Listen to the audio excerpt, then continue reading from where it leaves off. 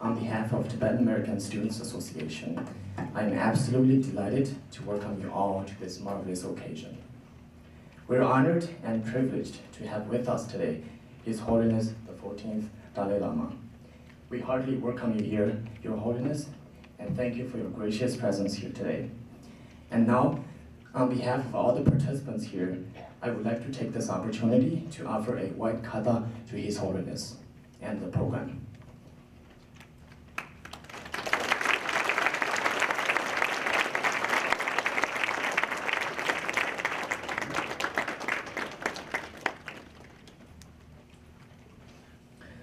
To maintain a good friendship between Chinese and Tibetan is not only an unshakable responsibility of the young generations of our two communities, but it is also a long-standing guidance of His Holiness. And based on the friendship that is built on the truth of trust, we can then share a mutual understanding on the long-lasting Tibetan issue. Through the years, His Holiness has held countless meetings with young Chinese students throughout the world. With full of fortune, in Minnesota alone, today is our third time having His Holiness's presence in similar gatherings, one in April 2011 and one in May of 2012. Today, we have a total of more than 370 students here in this room from more than 13 different colleges and universities, and they are University of Minnesota, William Mitchell College of Law, St. Thomas University, Gustavus College, McAllister College, Augsburg College, Normandale Community College, Bethel University, Hamlin University, Winona State University, Carleton College, College of Synthetic and Northern Iowa University. And out of that, 253 are Chinese brothers and sisters, 50 Tibetan students, and 40 plus colleagues and professors from various schools. And thank you all for being a part of this gathering. So, Han brothers, sisters, firstly, I always consider we should consider ourselves as a part of humanity. I always carry that sort of feeling. Whenever I go, I consider myself as one of the human beings, one of the 7 billion human beings. I think morally, we all human beings have right to achieve happy life. So, morally speaking, it's very important to think humanity. And then practical level, now today's world is such, the continent to continent heavily interdependent. And environment issue, also now the issue of humanity,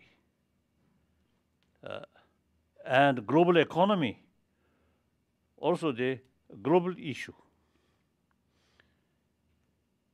So not only morally, but also practically, now time comes, we have to think more seriously about oneness of humanity. And we can see a lot of trouble, a lot of killing, not due to weapon, but human being. Too much emphasis, importance of we and they. Even same nation, then different religious faith.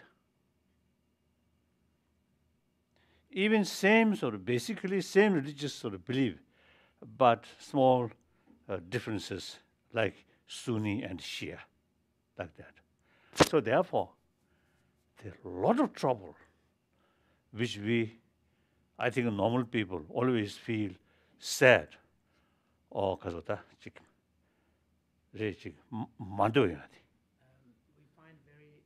we disapprove. Oh, this ultimately due to, too much narrow-minded thinking. we, and ultimately me, me, me. So now, time comes, we have to think broadly. I think if we really seriously think humanity, oneness of humanity, then war, I say, out of date, no longer possible. Because killing brothers, sisters is senseless. So that I usually say, always talking that.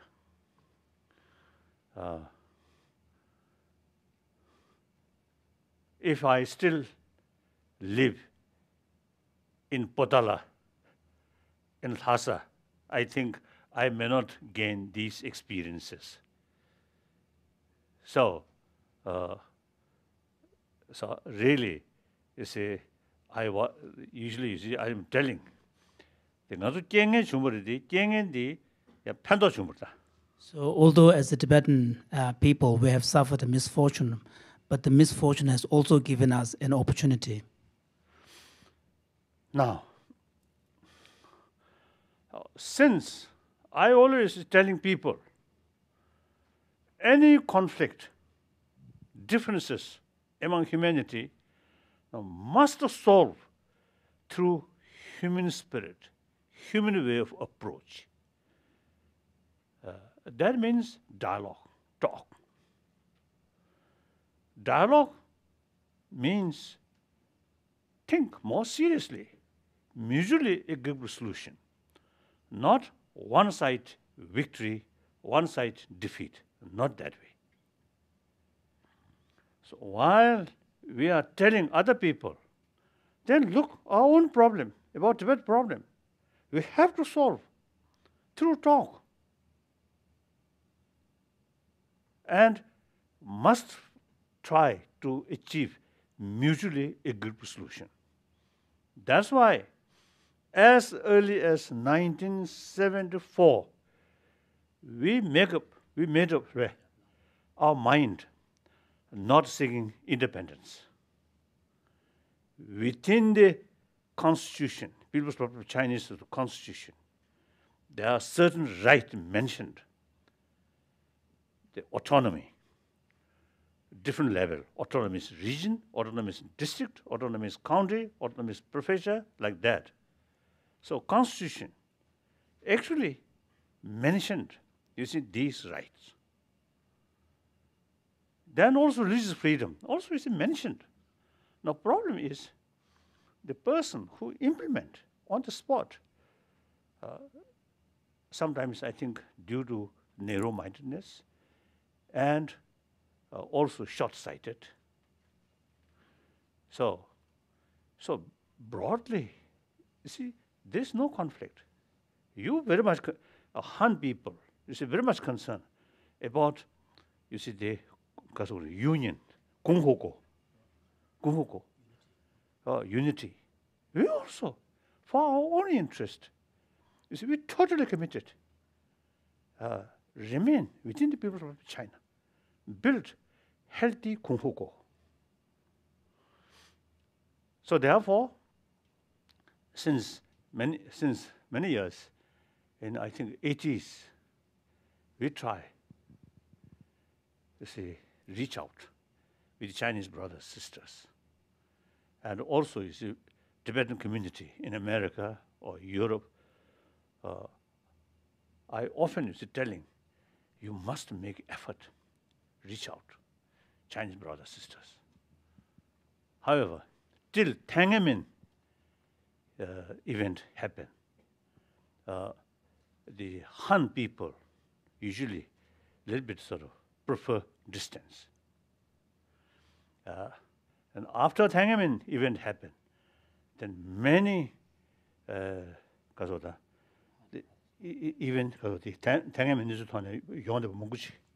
especially including those who have suffered during the Tiananmen Square event. Then, you see, they easily, you see, come to respond. then time passes, more and more, a contract. And one time in Canada, I think, or Toronto, one small group, friendship group, few Tibetan, few Han. I very much impressed. Now, this spirit must sort of spread to different places. Then, eventually, you see, we set up group. The Sino-Tibetan Friendship Societies. So now, and in the meantime, after 2008 crisis, next few months, wherever I go, some demonstrations from Chinese brothers, sisters. Some are old, some are young. One time in Oxford, you see, while I sort of waiting my car, one Chinese, you see, on bicycle, you see, coming. And then as soon as he saw me, don't tell lie, don't tell lie. So you see, the very Chinese brothers, sisters have that kind of impression. One time, the register here, I think a few hundred Chinese, I think maybe 200, right, about 100 is in demonstrations. So then, I asked, I want to see their representative, some of them. Then finally, I met, I think four or five. I remember, I think 4 or 5. So one big table, I sit this side, they sit there. Only one person, you see, he willing to listen my explanation. The rest, 3 or 4, you see, full of anger, no sort of intention to listen my explanation. But fortunately, you see, table between us. Otherwise, I may God, you see this one. So these are totally ignorance, lack of contact, and lack of understand. Of course, Chinese people love China. So therefore, you see, there's some kind of sort of impression, oh, Tibetan and Dalai Lama carry some kind of anti-Chinese movement. Certainly not. We very much admire people of China. Long history and cultured people, Han brothers, sisters, really hard-working, realistic. Wherever they live, they create a Chinatown, Chinese culture, Chinese language, Chinese script. They keep, and meantime, they totally sort of adapt new sort of because of the existing society and hardworking. I remember, I think one time, I think Vancouver mayor or something,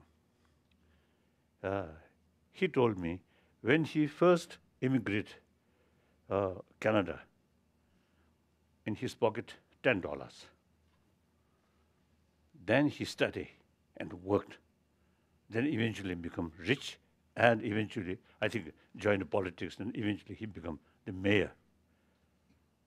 That is the Han people, sort of realistic, hardworking, like that. So we really admire. I think even 7th century, Tibetan emperor admire, you see, Chinese brothers, sisters. So he married with Chinese princess. Then 8th century. So I think few generations, very close link with the Chinese emperor, like that. And a few occasions also you see a fighting happen, like that. So, Han people, really great people. Then today's world, peoples of China is most populated nation, 1.3 billion population. So you see, you can carry significant constructive work on global level.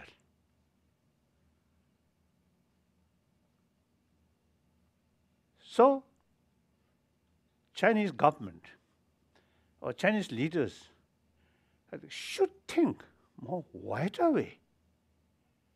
How can make significant contribution for a better world? Now economic power also there. Military power is outdated, basically. Like United States, military is very powerful, but not necessarily very successful foreign affairs. Right? Oh.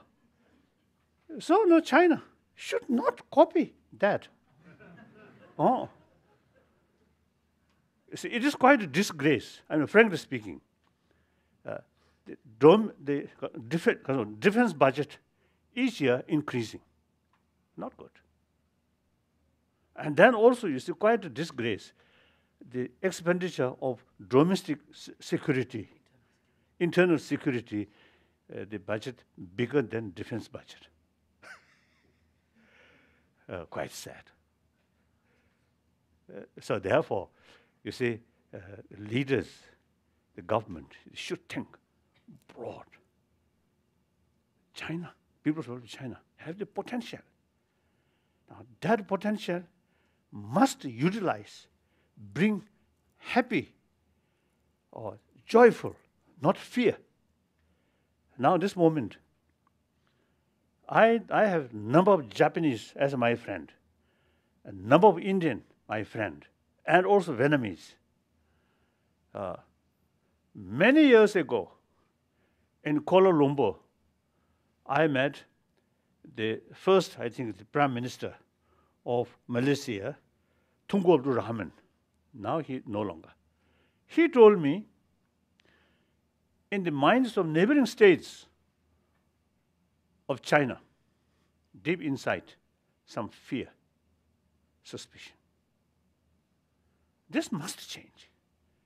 So you see, China, say, should be more transparent, more open. Then you see, China really make a significant contribution for a better world, peace, like that. I think everywhere is Chinese food. I think everybody loves Chinese food, isn't it? So similarly, you see, whenever you see people from China, you see, should get some kind of pleasant feeling, not fear. Clear? So now, I often you see telling people, my generation, now people whose age now above 50, 60, that generation is actually generation of 20th century. Now that century gone. Now you, or except a few people, most of you, young or below 30. I think some, below 20. So you are generation of 21st century. So 21st century, over little over 1 decade past, 8 decades yet to come. Right? So future is open. So you, generation who belongs to the 21st century, you are the basis of our hope. Particularly, Han brother, young Han brother sisters, really make significant contribution for a better world, happier century. So now it's a Tibetan issue. as I mentioned earlier, you see, we fully committed. Mutually equitable solution must find. Question of independence is for our own interest, not because of the realistic. Past is past. We have to look forward. Look, European Union, independent sovereign state, but they consider common interest is more important. Then also look India. I often tell Chinese friends, look India, East India, South India, West India, North India, different language, different script, but no danger of separation. All, you see, live together for common interest. So some Chinese hardliner, they consider Tibetan have their own script, their own language. So they consider that is a source of danger of separation. This is not the case of danger. Even you see building the without Zogo, oh, different ethnics, different language, different culture. It's very helpful to build without Zogo. Clear? So I want more interact is something very helpful to reduce all sort of suspicion or distrust and doubt. So most welcome. And the concerned people who organize this, thank you very much. Now some questions. Yes. First your question, yes. Yeah, thank you very much for coming. That was a great speech.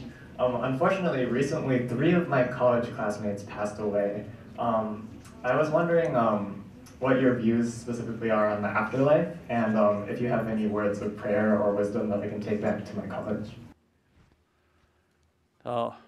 Now, for this question, you see different sort of concept according to different sort of religious, faith. So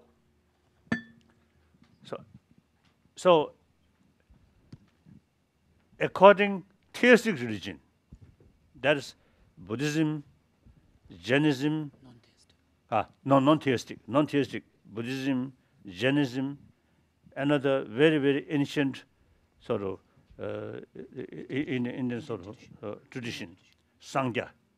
So according to this sort of tradition, life after life, always there. So death means something like change our clothes, change our body, but whether you call soul or self, continuously there. So then, what kind of life? That depends while he alive, he or she carry meaningful life.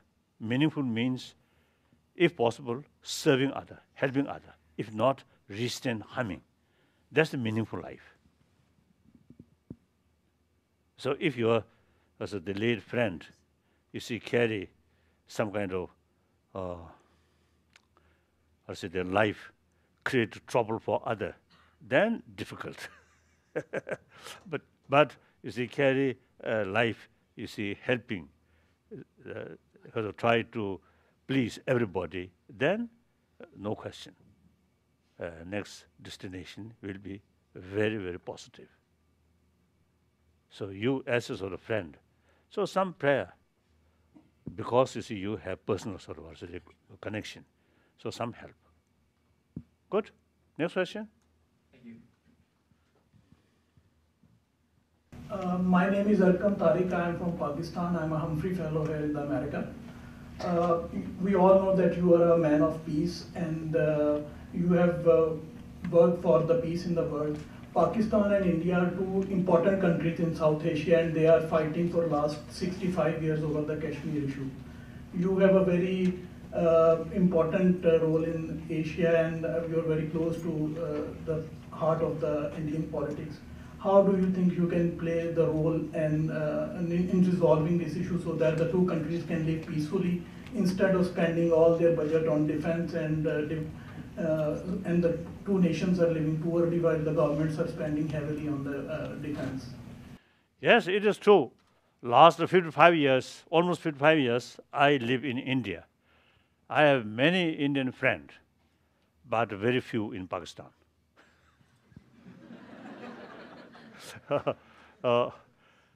Then one time, one famous Buddha statue, Buddha 6 years fasting, you see that statue in the Lahore Museum.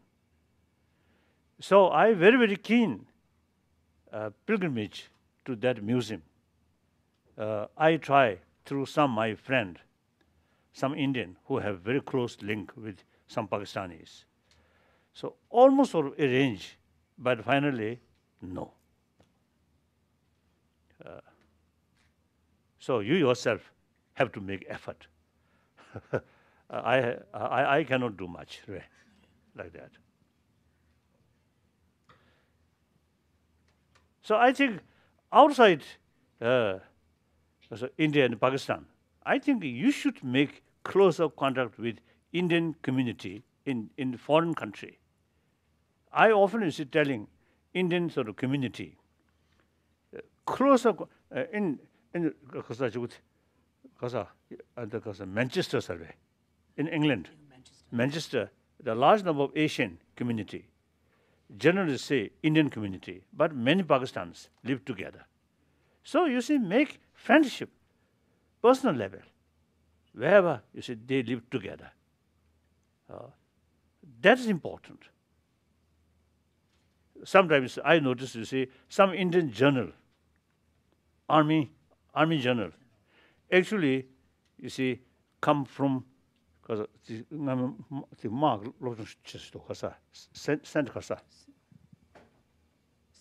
Sandhurst, England club. One military academy. So you see, one time some Indian journal, you see, told me there's some Pakistan sort of army journal. Also, you see, come from the same sort of medical military school. So they are moshi.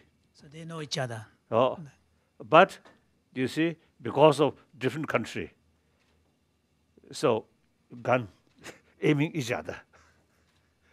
So such case, the personal contact, I think, should develop continuously and work hard. I think some Pakistanis, I think some sort of sick people, I think particularly one children. You see, medication in Pakistan difficult, so come to Bangalore. So the concerned Indian sort of medical staff welcome. So such things are very, very important. The people's level, you see, more or less same culture. And as far as Muslim population is concerned, India, much bigger Muslim population than Pakistan. And then one thing, Pakistan Muslim, the Shia, quite unsafe. In India, the Shia community, very safe. So you see, this just because of national prejudice. That prejudice, I think, harmful. Forget that. And it must be realistic way. Okay? Hello, my name is Noya, and I was born and raised in China. You're Mongolian? China. You? I'm Chinese.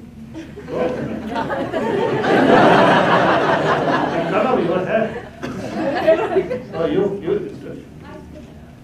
Oh, okay. I was fortunate to talk to some of the friends who actually some that flee from Tibetan area to India, or some that have the future generation of those Tibetans who's living in India. And I agree with you that like issues come from thinking seriously, and thinking comes from open communication. But there's one thing I think there's an obstacle in terms of communication is that most of our Chinese students, first we got different education background, and also we are not really used to exposed to information and to express ourselves. At the same time, Tibetan students, I think sometimes they tend to be quite radical, or sometimes they tend to be really quite emotional in terms of certain issues. So I think that's the obstacle that needs to be resolved not only by one side but both sides. And the second one, I think, also depends how, we say work. Okay. And also another thing is about the external factor that people may not be either Tibetan or Chinese. I feel like they also have their own kind of opinion that may not based on their understanding on both sides. So what do you think about the obstacle between Chinese and Chinese and Tibetan, and also the people from outside of China and Tibet, and how do they value things, and how do you think this thing can be solved as a common community? I think outside is the Chinese community and the Tibetan community, those foreigners. Here also some foreigners. I don't think these are anti-Chinese forces. I don't think. Sometimes you see, the hardliners, they deliberately, create some kind of impression. The Westerns are anti-Chinese forces. I remember my first visit Soviet Union, then Gorbachev time, Brezhnev time, 1979. You see, I got sort of clear sort of impression. The Soviet government deliberately tried to create impression. Western, particularly Western world, ready to attack Soviet Union. So that kind of sort of impression created by government. I know Western sort of mentality, Western thinking, because I visit most of Western countries, visit 1973. So in the West, they fear Warsaw Pact may attack, at least Berlin divided at that time, and Germany also divided. So like that. So these, and I remember very clearly at that time in Moscow, one Soviet media people, they try to put the word peace-loving nation, Soviet Union, as a peace-loving nation. They tried that word put in my mouth. I refuse to use that word. I know who make every preparation for Third World War.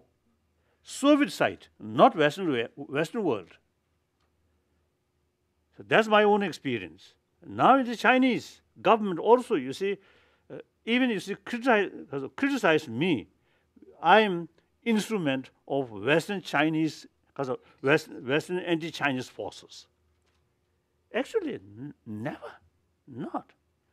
So therefore, I think that you should not say, third world is some kind of some kind of sort of interfere. No, certainly not.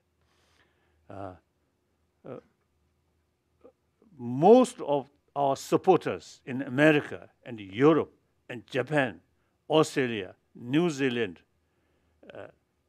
these people, I usually describe, they are not pro-Tibetan, but rather pro-justice. So, for example, some of our supporters, telling me, so long you committed sincerely non-violent struggle, and our support there. As soon as you committed some violence our support withdraw. So this clearly shows their support us, the support for just cause or non-violent struggle, like that. So this is one thing. Then I think the last year in New York, one Chinese, one writer, Marta, could they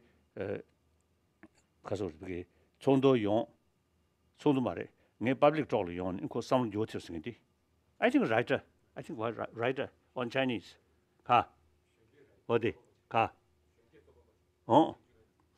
In New York, he attended my public talk. Later, he wrote an article. I saw that article. You see, he mentioned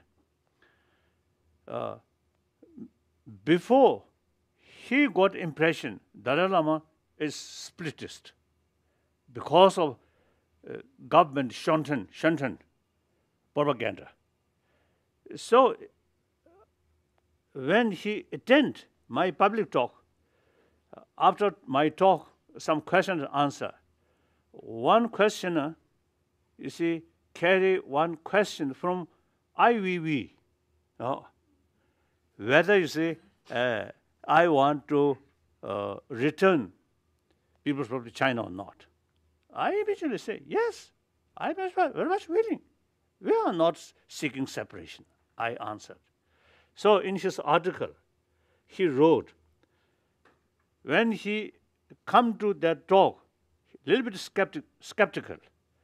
After he listened, then he really developed sort of the full awareness about reality.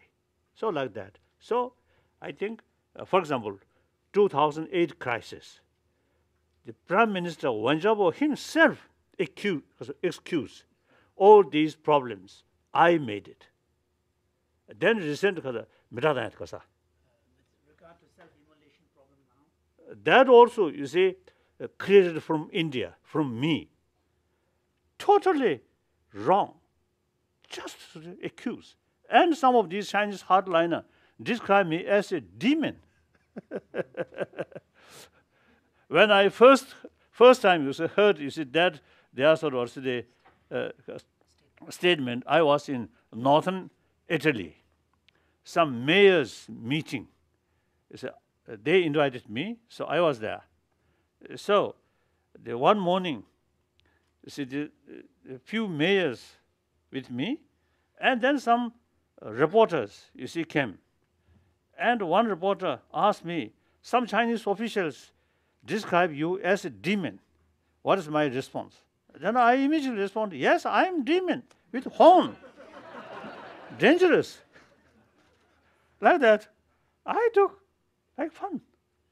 But these are, you see, there are sort of suspicion, there are anger, very, very strong. So they don't see the reality and do not consider the negative consequences. Simply they express their anger. So like that. So you see those young Chinese don't believe what governments say. You have 2 eyes, 2 ears. Must use both eyes, both ears. I often telling you, see, Chinese brothers, sisters, 1.3 billion Chinese people have every right to know the reality. Once 1.3 billion Chinese people knows the reality, they also have the ability to judge what is right, what is wrong. So censorship within China is immoral. Clear? So I met some Chinese student in India. I told them, India, there's freedom of speech. All information you can get. So please study, investigate. Now I want to tell you, now you are in free country. You must listen all information and analyze by yourself. That's very, very important. Yes? Next question. This is Leo from University of Minnesota, and I'm Chinese, not Mongolian. Sorry. I have as I know, there are some Tibetans just sacrifice their lives in China in desperate need. And I know you are proposing a non-violent way for autonomy. Do you have some comments on this? This, when it first happened, one BBC reporter asked me, and I told, firstly, I really very, very sad. Then secondly, I doubt such dramatic sort of action, whether helpful or not, I doubt. I expressed that. Then soon after that, I visited Japan. Then in Japan, at which place I can't remember, the one sort of meeting with international press. Then again this question is raised. And I told, this very, very, besides to repeat, you see, the previous my sort of answer, then also I mentioned, now this is a very, very sensitive political issue. So I already retired. So, and then whatever I say, the hardliners there, they manipulate. So better to keep quiet. And then I mentioned, this is symptom of some causes. Now Chinese government must investigate thoroughly what is the causes of these symptoms. So it is not sort of sufficient just to blame on us. Blaming on us really solve this problem, then okay, no problem. We can take the blame, but it won't help. So must follow realistic approach. In order to carry realistic approach, you must know the reality. After thorough investigation. I think very, very important when Hu Yanfang's his practice is when he officially visits some area, before his visit, he sent some trusted his friend to study the situation. After he received the detailed information through his own personal trusted sources, then he visited. Tibet also, before his visit, I think early 80, he sent some of his trusted people. And then he already got information. So when he reached Lhasa, as usual, official report, distorted information. Then he immediately scolded. So that, I think, the totalitarian sort of regimes, sometimes you see the subordinate way. They made report according to their superior want to hear. That's the problem. Really, that's the problem. So censorship is, I think, greatest obstacle. So in order to bring trust from rest of the world, particularly from the neighbor state, transparency is very, very essential. And censorship is no value, no benefit, except harmful. So that, I think, now you, young Chinese brothers, sisters, you see, you should think more seriously about these things. Actually, the Xi Jinping came. You see, seems, I think, one example, he sort of courageously tackled the corruption. Really, I think, great sort of determination, wonderful. Then also recent the party meeting, some point I think very relevant about judiciary system, and also the farmers 가서다 싱베 토다 싱베 디두걸.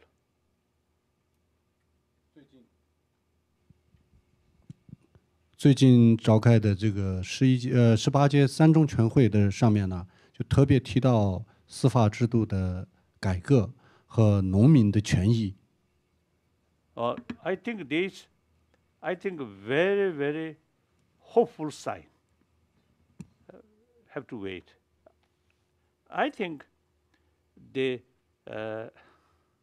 I usually consider the last over 60 years sort of history of people from China, 4 eras. Chairman Mao's era, then Deng Xiaoping era, Jiang Zemin era, Wu Jintao era. Now this is Xi Jinping era. So Mao Zedong era, very much emphasis importance of ideology. I know personally Mao Zedong very well. While I was in Peking, several meetings with Chairman Mao, I got a lot of lessons from him, really very useful. See, we developed some kind of sort of relation between father and son. He very much trusted me. So, you see, one occasion he mentioned to me, religion is opium. I am Dalai Lama, so religious person. So impossible to say religion is opium, isn't it? So Chairman Mao Zedong very much trust me. I also very much respect him. I admire. Really great revolutionary. And I know all those leaders, Mao Zedong 同志, I prefer to say 同志, Mao Zedong 同志, 朱德同志, 刘少奇同志, 彭德怀同志, 周恩来同志, all these I know, and Cheng Yi, wonderful people, really dedicated, serving to people, particularly 劳动人民, really. Then gradually, I think power spoiled them. I think in some extent, Mao Zedong himself, I think, spoiled by his power. 1957年的时候，发生了这个百花齐放、百家争鸣的这么一个运动，毛泽东的那个时候开始。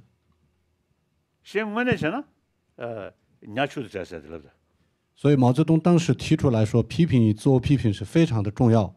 如果没有批评与自我批评的话，犹如这个鱼离开了水一样，活不下来。他有这样提过。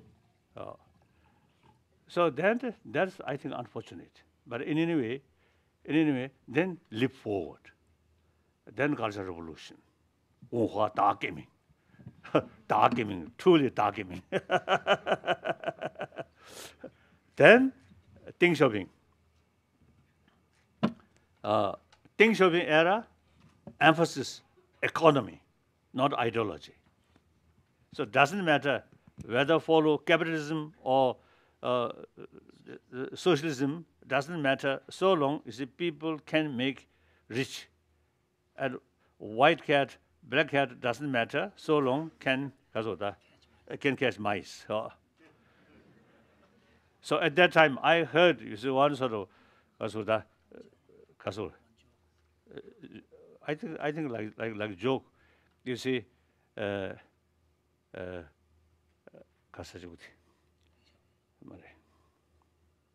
Yeltsin, one car, Yeltsin come. See, Yeltsin car, without hesitation,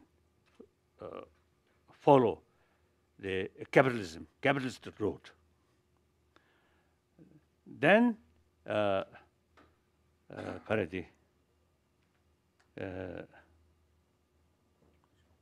어디는 말해. One, sorry, that is I think. I think Jiangzemin car is coming. So then, at the cross, capitalism, socialism, really hesitate the car. Then Ding Xiaoping signal. The signal light should point socialism, but actually you should go capitalism. So in any way, I think Ding Xiaoping era emphasis about economy really makes big differences, and millions of poverty uplift. Wonderful.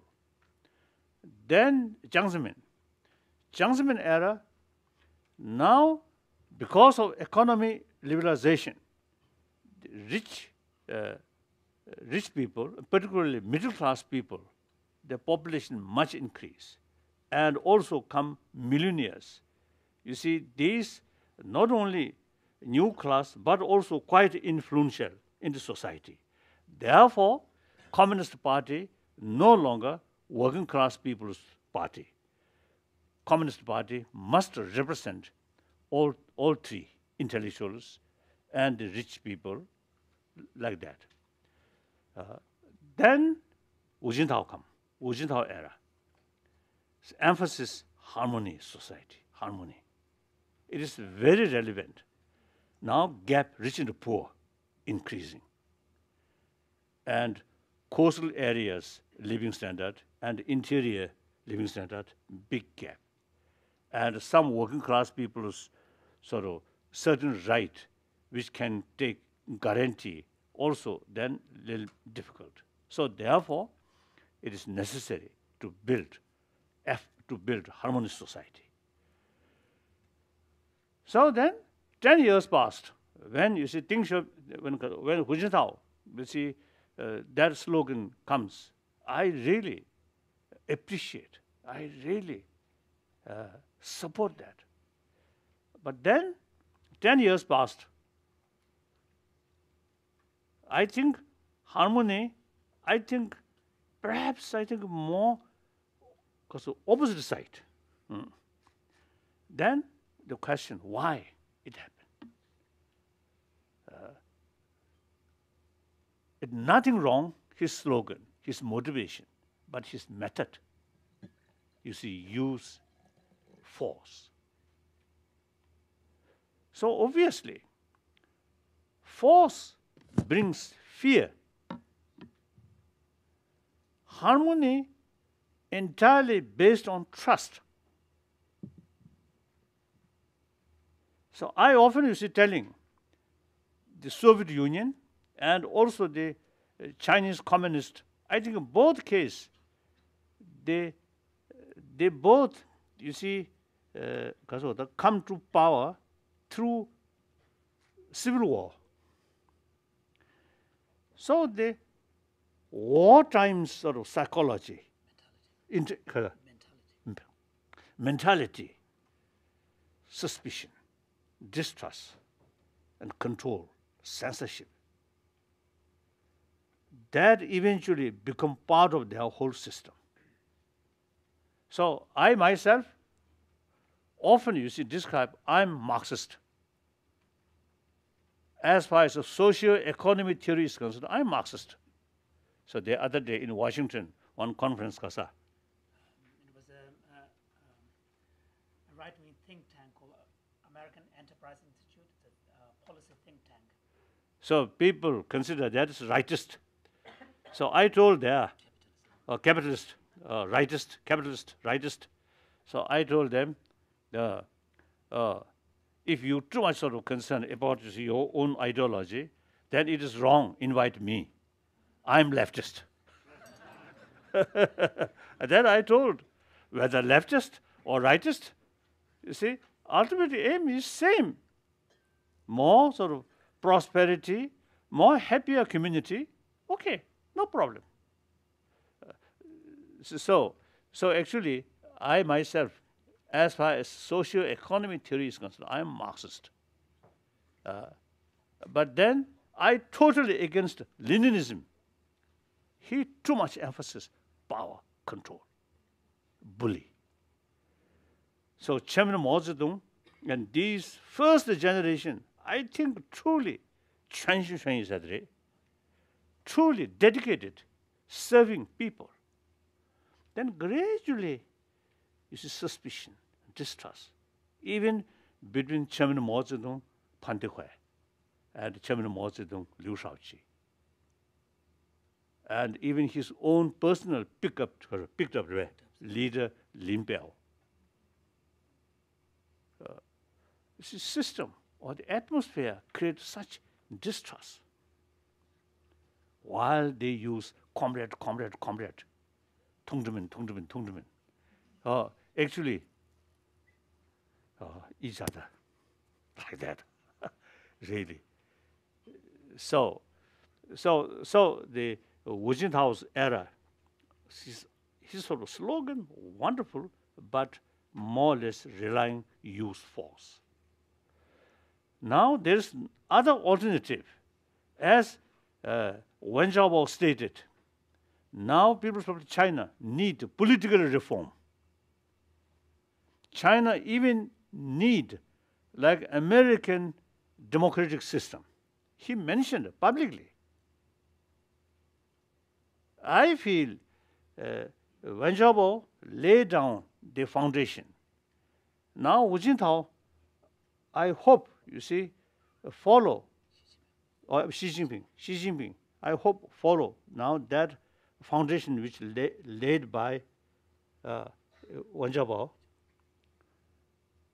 As I mentioned, the Chinese people are realistic. So the government also now should follow more realistic sort of approach. Recently, the Xi Jinping also mentioned 四十小时合算。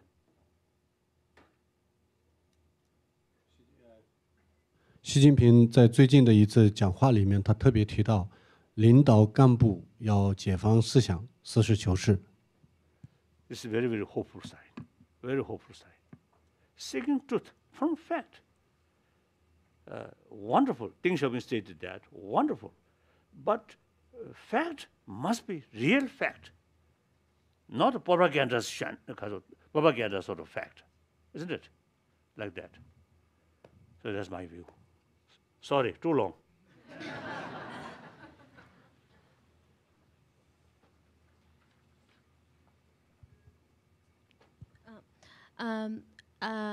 I born in China, Hebei. Since I'm 12-day-old, I have a special relationship with Zhangchuan Forjiao Buddha. When 2007, before I come to America, because when Tiananmen Square, what happened in Tiananmen Square, I'm so young, and what I hear and what I see just in television, I hear a lot better thing about you. so they talk. When I come here, so this 7 years, I see the different, and I go back travel. I see what's different, and for my eyes and my ear, and I know. I trust myself now. I'm glad I'm here today. So my question is, when I come here, I don't understand any English, so it's really hard time I have. About like 5 years, really hard time. So one day I was so poor, and I have to sell my car and very fast. And one time I just pray, because in here no Buddha. So I pray as Buddha, God, Muhammad. And next 30 minutes, I saw my car. So my question is what's the relationship between God and Buddha, and they can work together? And can I believe both? Sorry. Huh?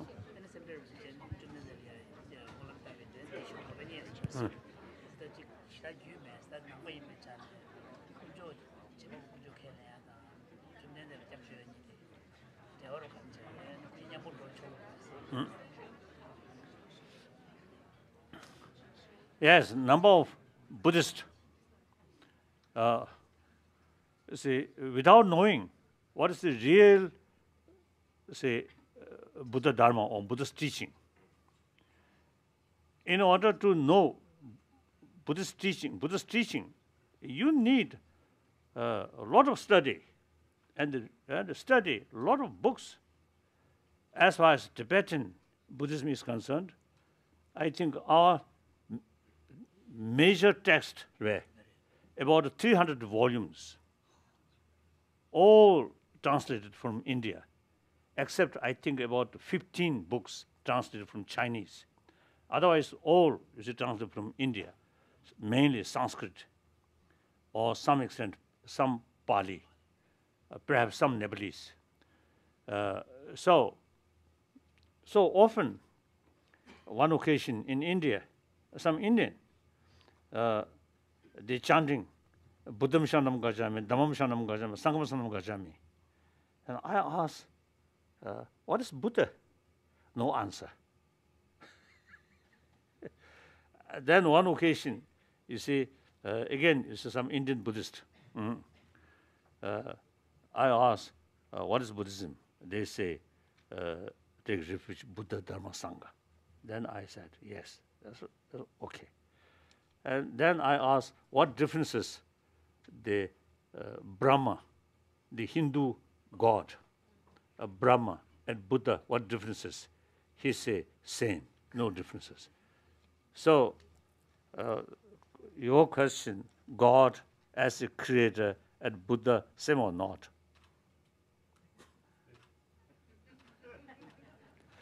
Then, you see, Buddhist literature, Buddhist text, clearly mentioned, particularly the Digna's, the epistemology text, he mentioned God as a creator, absolute, permanent, never changing. So then he raised a lot of contradictions, a lot of questions of contradiction. Digna. Then the Buddha originally come from like us, ordinary person, ordinary being. Through training, eventually become Buddha. And not creator. Buddha himself, you see, told, you are your own master. So future of individual depend on yourself.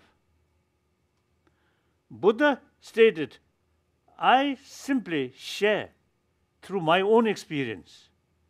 Then the result entirely depend on your own practice. So future is in your own hand. So Buddhism, no concept of creator. Then here, one, I think, big differences. Buddha stated,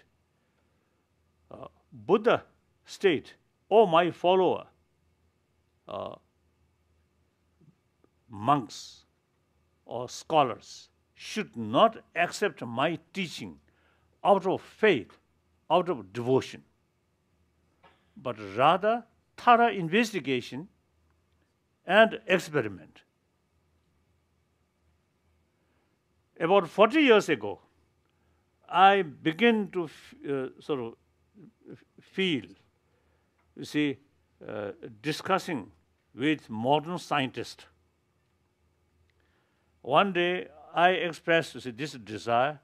One American Buddhist, I expressed that. Then that person is to respond me, be careful. Science is killer of religious faith. Then I thought, I reflect this Buddha statement. Should not rely on faith or devotion, but rather thorough investigation and experiment. So that's a very scientific way. So then I felt, no problem. So I start meeting with scientists, now over 30 years. it's a Buddhist way of thinking, particularly non-linear tradition, and scientific sort of approach. Same, skepticism, and investigate. Skepticism is very important. Skepticism brings question. Question brings investigation. Investigation brings answer. So therefore, fortunately, after you pray to Buddha, you found the car. That's quite fortunate. I pray Buddha, of course, all time, but not necessarily fulfill what my wish. So as a Buddhist, after all, you see, China, historically, Buddhist country, there are a lot of Buddhist temples, limitless Buddhist temple there. When my first visit Singapore, you see, one occasion, you see, visit one Chinese Buddhist temple. Some old monk there, they chanting,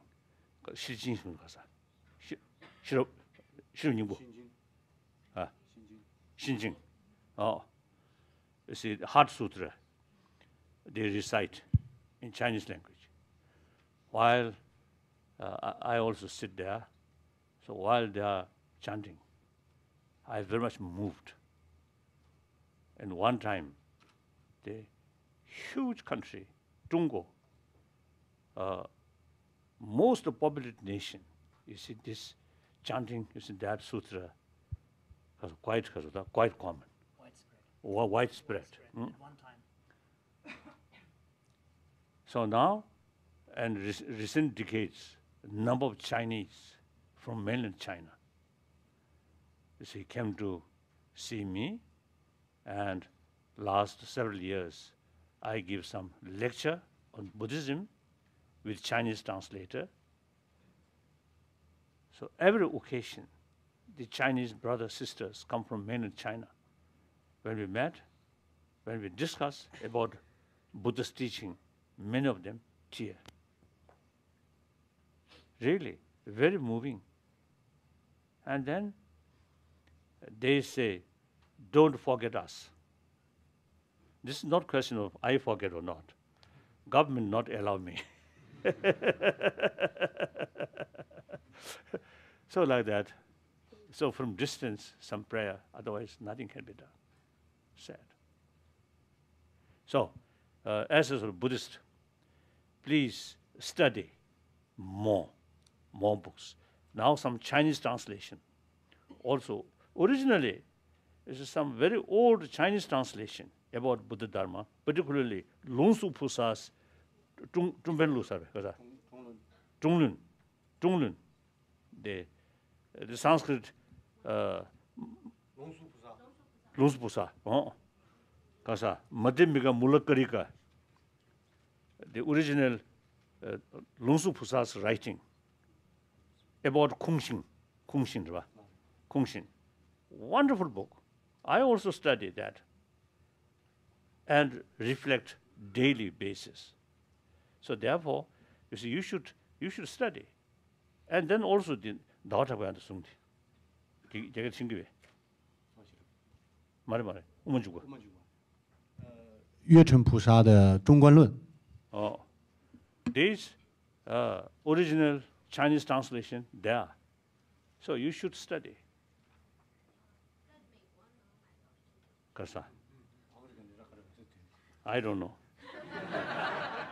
I think now you learned English.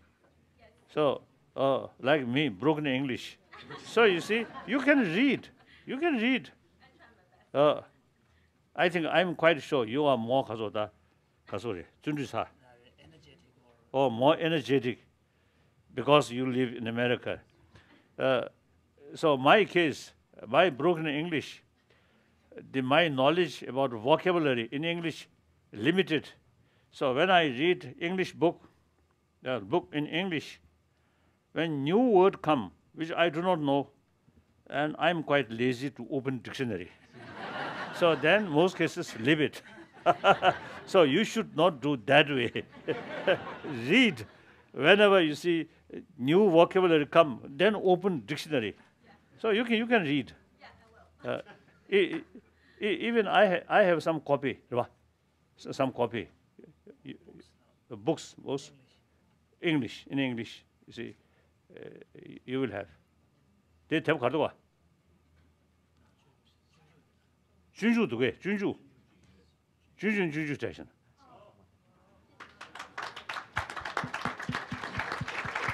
This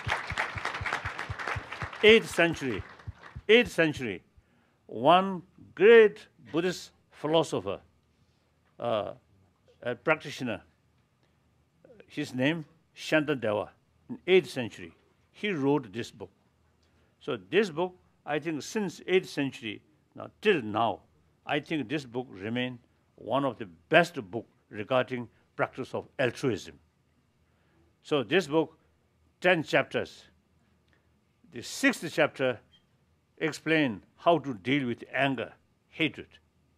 Then 8th chapter deal about self-centered attitude and altruism. Wonderful.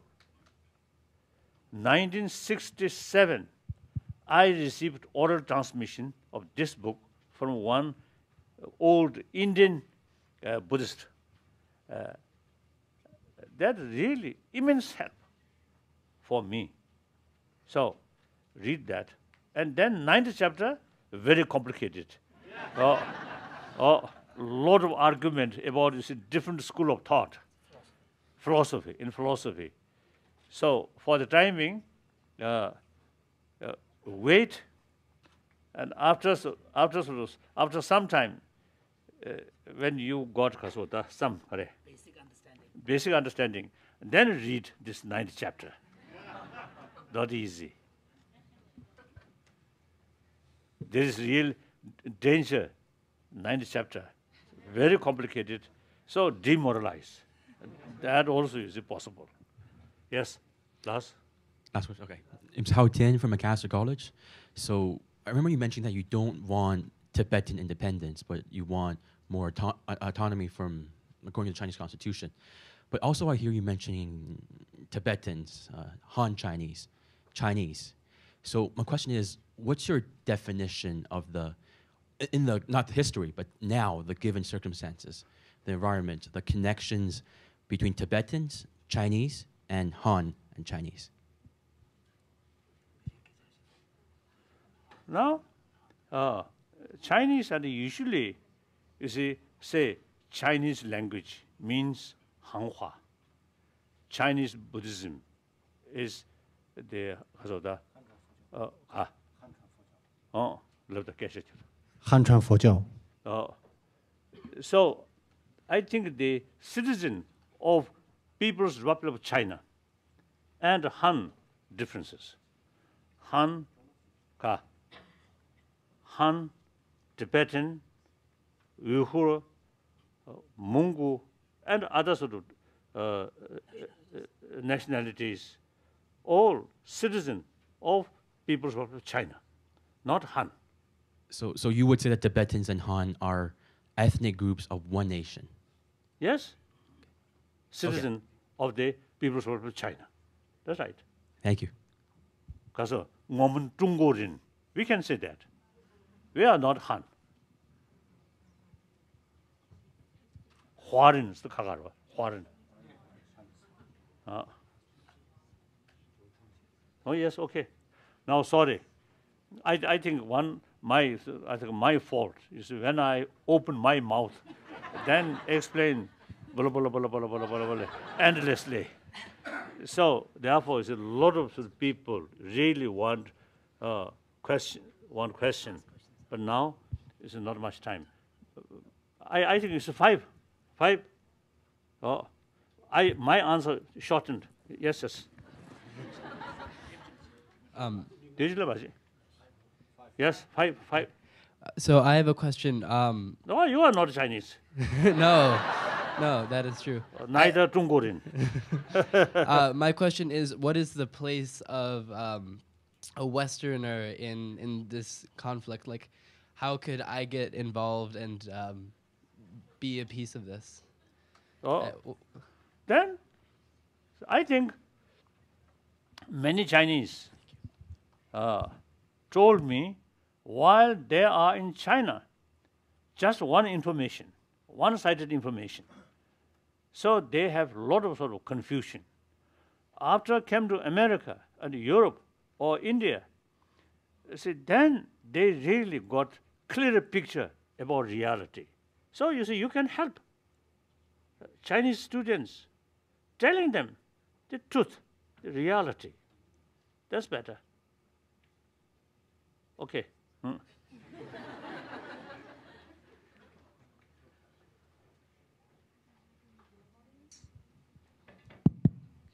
Your Holiness, it's my honor to meet you. I'm Wen Rongrong. I'm from Taiwan. My questions will be a lot smaller scale than the previous students. My first question is, I want to practice my life in peace and compassion. And how I see a lot of fears, insecurities in other people as well. And how do I influence others? How do I do that to influence others?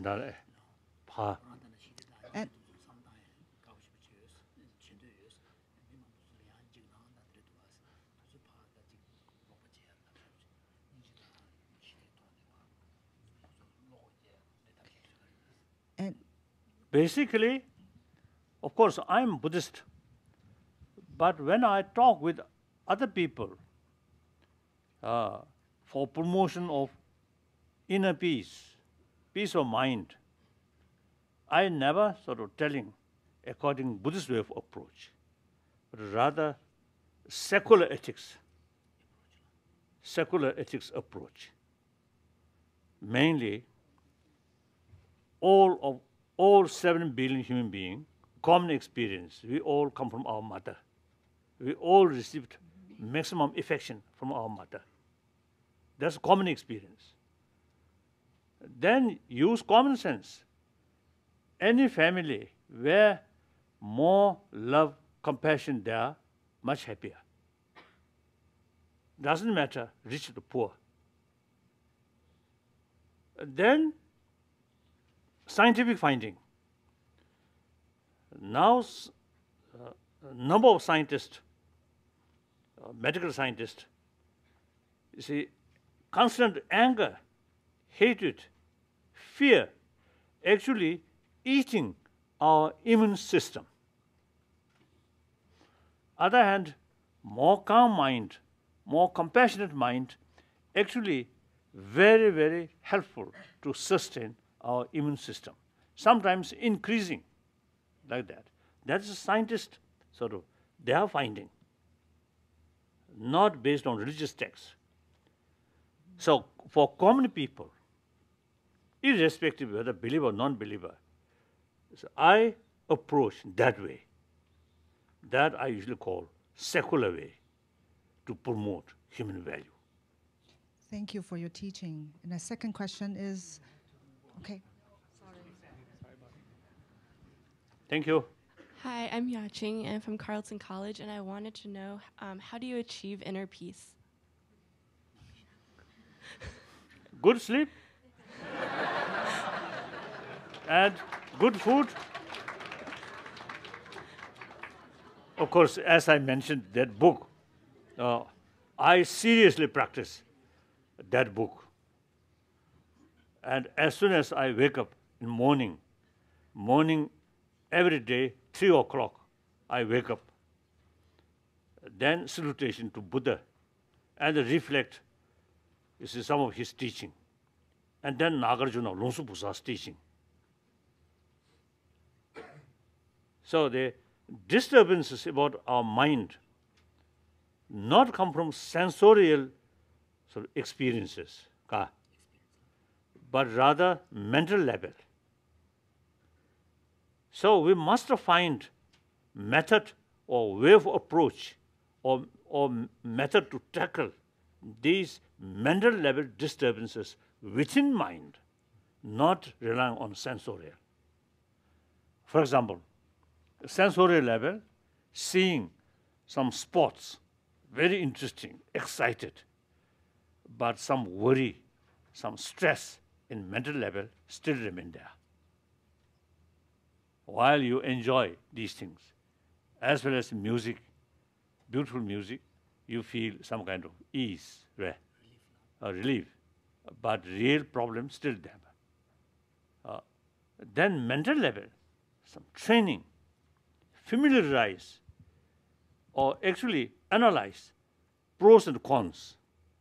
What's benefit emotions such as anger? What benefit about, say, strong compassion? Through analyze, through experiment, then you will develop firm conviction. Oh, this destructive emotion is really very, very harmful, including my health, and destroy peace atmosphere within your own room. Even I think dogs realize that. If the owner of the dog lost temper, dogs also remain a little bit distant. When the owner peace and patching the dogs also, you see, come closer and even response licking. If you show anger, the dog never licking. Or his sort of tail, wagging. The dog wouldn't wag its tail. So even if the animal realize compassion, sense of sort of concern of their well-being, they very much appreciate. Anger, expel. Even these animals, birds also, you see, don't like that. So we are human beings. So thinking this line, then more warm-heartedness is the real priceless pressure within ourselves. No differences, rich or poor, or no difference of color, no difference of wealth. Everybody have, you see, these potential there. So worthwhile use our intelligence, investigate pros and cons. That's the way. That's Buddhist way of approach. And I think that's very much fit. Actually, the very purpose of education is reduce gap appearances in reality. So secular ethics also, you see, study the reality, then reduce the gap appearance and reality. Almost all destructive emotion based on appearances. Positive emotion based on reality. Like that. Hello, Your Holiness. My name is Joshua Kwan, and I'm also from Carleton College. I'm wondering, when someone has hurt or been mean to me, how can I not react back in with meanness in that moment?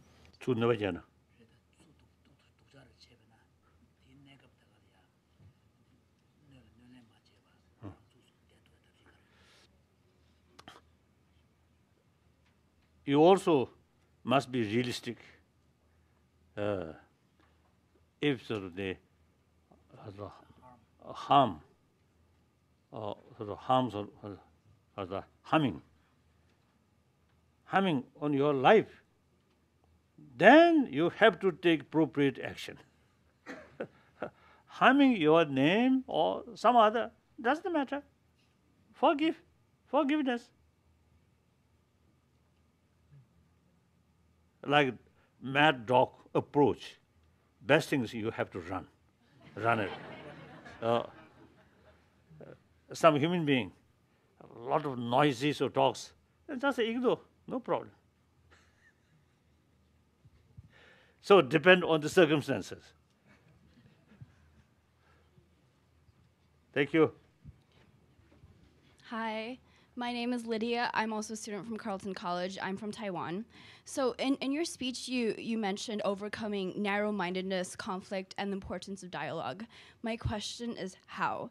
You also mentioned investigating reality ourselves. But the thing is, we're all raised and biased differently, and I believe we will always be biased. So what are some key characteristics you think students of our generation can cultivate to work with each other, even if they are in disagreement or angry? In short, how can we learn to be more open-minded, and especially when it comes to working with someone who does not agree with us? 7 billion, even 10%, different views, different interests. You cannot sort of make same, even 10 people. I think totalitarian regimes like Chinese communists during Cultural Revolution, I think try to make one view. all the people, all the Chinese people, but fail. Impossible. So that's the reality. We must accept the reality. So different opinion. But all 7 billion, same view, want a happy life, want a peaceful life. So same goal, 7 billion human beings, same goal, same right. So it is important, share with others according to your own sort of experience. What is the best way to gain peaceful mind? Peaceful mind is the basis of happy life. Clear?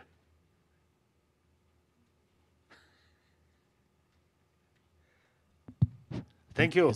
Thank you. I really very much sort of appreciate our meeting. So perhaps some of my sort of, because of the comment, a little bit sort of blunt. That's my usual sort of way. My usual sort of style. It's better. Make it frank. When I was in China, in Tibet, in Peking, you see, the frank discussion, particularly among the comrades, really frank discussions. When meeting start, the organizer usually, or leader is the state. 동지们, 朋友们, it's like that. 동지们, when we met, 동지们, our discussion is very frank, very practical. When we met, 朋友们, more more diplomatic, more 很客气是吧？对。很客气, avoid more serious problem. But 同志们 really catch up the real matter, real issue. So at that time, when I was in Peking, 1954, 55, about 6 months in Peking itself. So at that time, I want to join Communist Party. So I want to be 同志们 rather than 朋友们. Thank you. Thank you, His Holiness.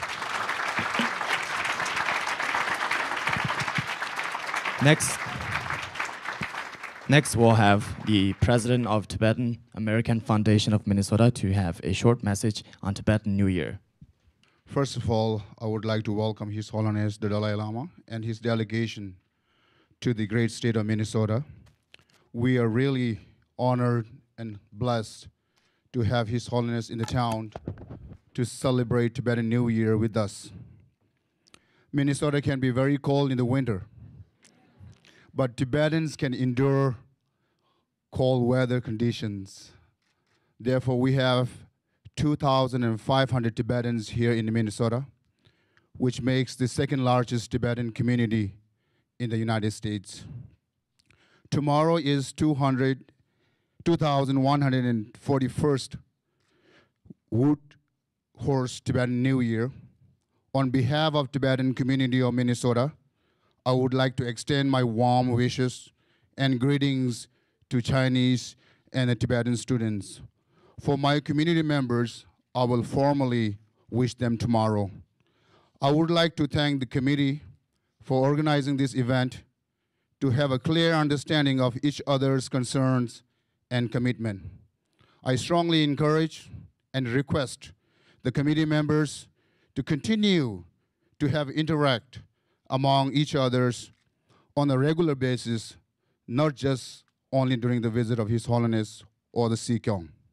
I truly believe that such interactions and dialogues between the Chinese and the Tibetans can break the barriers and build the trust between the communities. Finally, if the organizing committee or the Chinese students need any help from the Tibetan community to strengthen and to foster the mutual understanding and the interaction, we will gladly assist you in any way, because Tibetan American Foundation of Minnesota considers such dialogue as a very important initiative to solve the Tibetans' problem. Lastly, I pray for His Holiness' long life, and may all his wishes be fulfilled. Thank you so much. Thank you, President. Next we will have Norenzi Wampo, a member of Tibetan Student Association, to speak on it.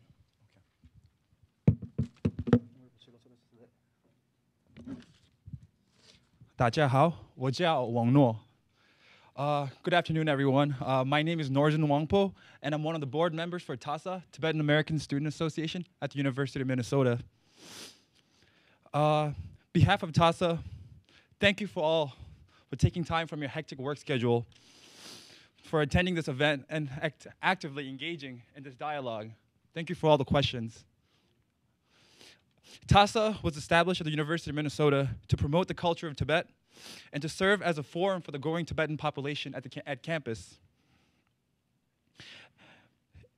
And most importantly, to fulfill the wishes of His Holiness to reach out to our Chinese brothers and sisters to create a positive and constructive Tibet-China relations. We are truly blessed by the presence of His Holiness the Dalai Lama at our first major event since our inception, less than a year ago. We aspire and strive to hold future events of such dynamism and magnitude. And due to the magnitude of this event, all of this wouldn't have happened without the selfless contribution by our planning committee and volunteers. So if you can please join me for a round of applause for all the volunteers.